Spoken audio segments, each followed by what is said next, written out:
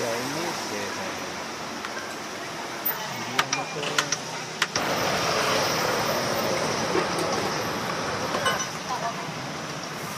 जैसे फ्रूट्स